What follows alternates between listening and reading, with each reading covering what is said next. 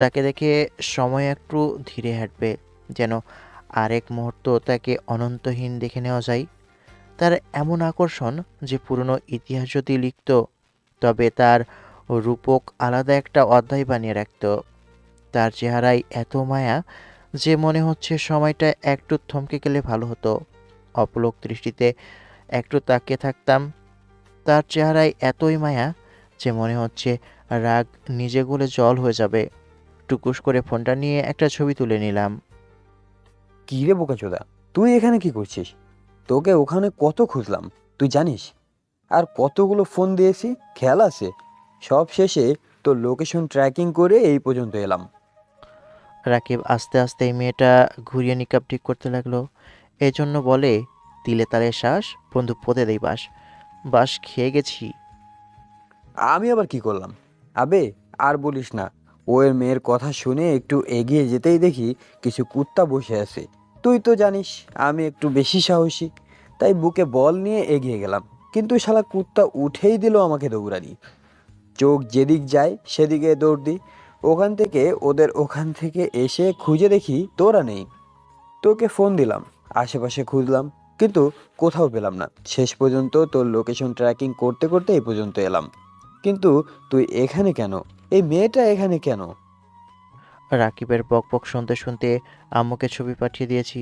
ওর কথা শেষ হলে বললাম, আমরা নিজের ইচ্ছায় আসিনি, আমাদের জোর করে নিয়ে এসেছে। জোর করে বিয়ে করিয়ে দিয়েছে বন্ধু। মজা করিস না তো। বোকাসোদা, তোর মনে হচ্ছে এখানে দাঁড়িয়ে মজা করছি? তোর মনে হয় অচেনা জায়গায় তোকে ওখানে রেখে চলে আসবো? যখন রেগে গেছিস তখন সিরিয়াসই হবে। কিন্তু তোদের বিয়ে করিয়ে দিল, তুই কিছু করলি না? করার সুযোগ পেলে তো করতাম। তোকে ফোন দিতে পারিনি, তোর ফোন রিসিভ করতে পারিনি। তাহলে বুঝ সিচুয়েশন কেমন ছিল। তুই নাইমাকে ফোন দিয়ে ওর আব্বুর নাম্বার নিয়ে আমাকে দে, ততক্ষণে আব্বুর সাথে কথা বলি। দেখি মেয়েটা চুপচাপ দাঁড়িয়ে আছে। ওর কি কেউ নেই? ফোন দেয় না কেন? মনে হচ্ছে ভয়ে বাসায় ফোন দেয় না। আব্বুকে ফোন দেওয়ার আগে আব্বু ফোন দিয়েছে। রিসিভ করে বললাম, কি করব এখন? মেয়েটা তো বেশ সুন্দর আছে, আমাদের পছন্দ হয়েছে, নিয়ে চলে আয়, আমরা মেনে নিব। এটা কোনো কথা হলো? আমার অনেক ইচ্ছে শ্বশুরবাড়ি গিয়ে জামাই আদর খাবো, আর তুমি নিয়ে চলে আয় বলছো? তো তোকে আর কি বলবো? এখন তুই কি করতে বলিস? মেয়েটা কি বলছে? কি করবে? দাঁড়িয়ে দাঁড়িয়ে কান্না করছে। আচ্ছা ঠিক আছে। আবু ফোন কেটে দিল। রাকিব দেখি কার সাথে ঝগড়া করছে। কিরে, কি হয়েছে? তুই কার সাথে এমনভাবে ঝগড়া করছিস?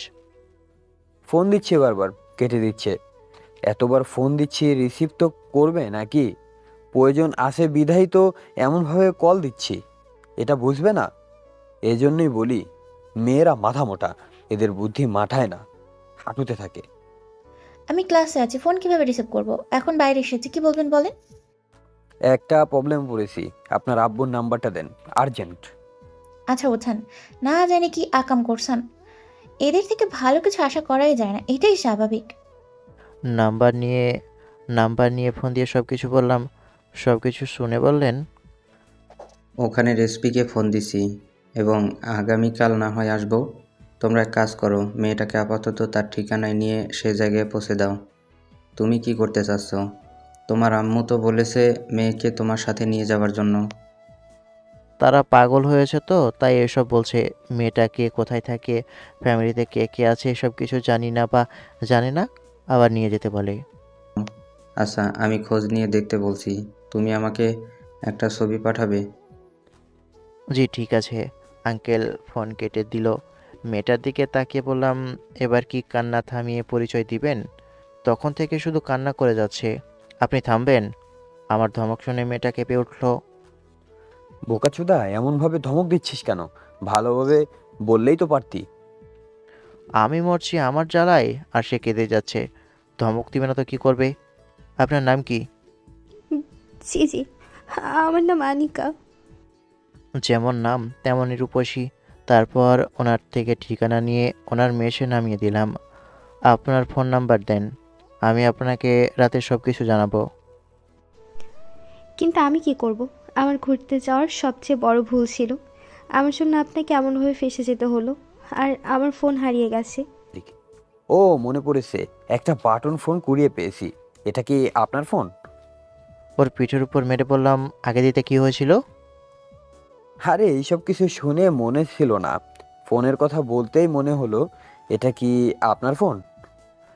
মেয়েটা ফোন নেওয়ার আগেই আমি ফোন নিয়ে আমার নাম্বার তুলে আমার নাম লিখে সেভ করে দিলাম। আকাশ দিয়ে নাম্বার সেভ করা থাকলো। জি। উকিল তাড়াতাড়ি খুঁজে কিছু একটা ব্যবস্থা করেন। জি। মেয়েটা চলে গেল। আমি আর রাকিব এক জায়গায় এসে বসলাম। কি করব বুঝতে পারছি না। দাঁড়া, আঙ্কেলকে সব ডিটেলস দিয়ে দিই। ওনাকে ফোন দিয়ে সব কিছু বললাম। কিরে বন্ধু, কি করবো এখন? মেয়েটা কেমন? সুন্দর আছে? আনিকা ওর তো কি জানিস, রূপসী। মেয়েটা সত্যি রূপসী। আমি ভাবছিলাম হয়তো কালো হবে, দেখতে খারাপ হবে, কিন্তু না বে, সত্যি অনেক সুন্দর। এক নজর দেখলে দেখতে পারিস। সে কাউকে তার সৌন্দর্য দেখাতে চায় না, তাই আমার অধিকার নেই তাকে প্রকাশ করার। শুধু একটু দেখতে পারিস। দেখ, হয়তো পর্দার আড়ালে অন্য কিছু আছে। তা বলতে পারবো না, কিন্তু মেয়েটা সুন্দর আছে। কথা শুনে মনে হচ্ছে মেয়েটা খারাপ না। আর বর্তমান সময় ভাই, কাউকে এমনভাবে বিশ্বাস করাও যায় না, আর কাউকে খারাপ বলাও যায় না। আমার মনে হয় না ভালো কাউকে জীবনসঙ্গী হিসাবে পাবো। আমি এতটাও ভালো মানুষ না ভাই, এই কনফিডেন্স আমার আছে। তাই বল, আর চিন্তা করিস না, সব ডিটেলসে পেয়ে যাবি। পুলিশ যখন এই বিষয়টা তদন্ত করবে, তখন সমস্যা নেই। তবে যারা আমার সাথে এমন করলো, ওদের নামে আমি মানহানির মামলা দেব এবং হ্যারাসমেন্টের মামলা দিব। শালাদের কাছে ভিডিও আছে আমার আর ওই মেয়ের। ফেসবুকে ছেড়ে দিলে সম্মানটা নষ্ট হবে। ঠিক বলেছিস, যদি সবাই ভিডিওটা ডিলিট না করে তাহলে কেস ঠুকে দিবি। মেয়েটা সুন্দর আছে তাই না? ওহ, তুই তো দেখিসনি। ছবিটা বের করে রাকিবকে এক নজর দেখালাম।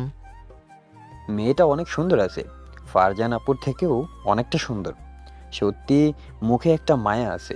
তুই যদি এই বউ না নিস, আমাকে দিয়ে দিস ভাই। আব্বু আম্মু তো তাকে নিয়ে ডাকছে। আগে তার সম্পর্কে জানি, তারপর ডিসিশন নিব। হুম, এখন চল হোটেলে যাই। এখন আর ঘোরাঘুরি করার প্রয়োজন নেই। চল তাহলে। তারপর দুজনে উঠে বাইকের কাছে এলাম। ওখান থেকে চলে আসি হোটেলে। এসে বসতে যাব তখন ফোনটা বেজে উঠলো। আনো নাম্বার। রিসিভ করে সালাম দিলাম। এখানে থানার ওসির ফোন। ওনার সাথে কথা বলে সব কিছু বললাম এবং ওখানে যে কয়টা ছিল সব কয়টার নামে মামলা ঠুকে দিলাম এবং বললাম ওদের কাছে আমাদের ভিডিও আছে, যেন খুঁজে ভিডিও ডিলিট করে দেই। রাতে স্যার, ভুল হয়ে গেছে, আর এমন হবে না। তারা দুজনে যখন বলেছিল পুলিশে দিতে, তখন না দিয়ে এমন কাজ করলে কেন? স্যার, এখানে এমন ঘটনা অনেক ঘটে, অনেককে ধরে পুলিশে দিয়েছি, কিন্তু যেই কার সেই। তাই কয়েকবার থেকে পুলিশে না দিয়ে ওদের বিয়ে দিয়ে দেই। আপনি এখানে ঘুরলে বুঝতে পারবেন আশেপাশে কত কি পড়ে থাকে। ভিডিও কার কাছে আছে? যদি এটা পাবলিক হয় তাহলে সারা জীবন জেলের ঘানিটা নিয়ে ছাড়বো। যার কাছে আছে তাড়াতাড়ি ডিলিট করেন। আঙ্কেল মিথ্যা বলছে। যে ছেলেটা ভিডিও করেছে সেখানে নেই, তাকে দেখতে পাচ্ছি না। জাফর ভিডিও করেছে? স্যার, আমি ফোন দিয়ে বারণ করে ভিডিও ডিলিট করে দিতে বলছি। এখনই ফোন দিয়ে ভিডিও ডিলিট করতে বলেন। আর ফেসবুকে যদি থেকে থাকে সেটাও এই মুহূর্তে ডিলিট দিতে বলেন, না হলে কি হবে বললাম তো। জি স্যার, বলছি। লোকটা ফোন দিয়ে সব কিছু বলল। ভাই, মাফ করে দিন আর কেসটা উঠিয়ে নেন। লোকটার আকুতি শুনে একটু দয়া হলো। আচ্ছা ঠিক আছে, কেস তুলে নেব। তবে যদি দেখি ভিডিও পাবলিক হয়েছে তাহলে আবার কেস করব, মনে রাখবেন। স্যার, কেস তুলে নিলাম। এবার সবাই যান। আর কি বললো মনে থাকে যেন। আকাশ, যদি ফেসবুকে ভিডিও চোখে পড়ে সাথে সাথে আমাকে বলবা, বাকিটা আমি দেখে নিব। এখন তোমরা যাও, আমি অফিসারের সাথে কথা বলে হোটেলে আসছি আর তোমাদের সাথে কথা বলছি। জি। আমি রাকিব থানা থেকে বেরিয়ে চলে আসি হোটেলে। বসে আছি, তখন ফোন টুং করে উঠলো। মনে হচ্ছে মেসেঞ্জারে মেসেজ দিয়েছে। ফোন হাতে নিয়ে দেখি ফারজান আপু মেসেজ দিয়েছে। লিখেছে, কিরে, খুব দেখি ছ্যাঁকা খাওয়া পোস্ট দিচ্ছিস, ঘটনা কি? মেসেজ দেখেও রিপ্লাই দিলাম না। মন মেজাজ খাট্টা হয়ে আছে। আম্মুর ফোন এলো। রিসিভ করে বললাম, হ্যাঁ মা বলো। কি করিস তুই? চুপচাপ বসে আছি।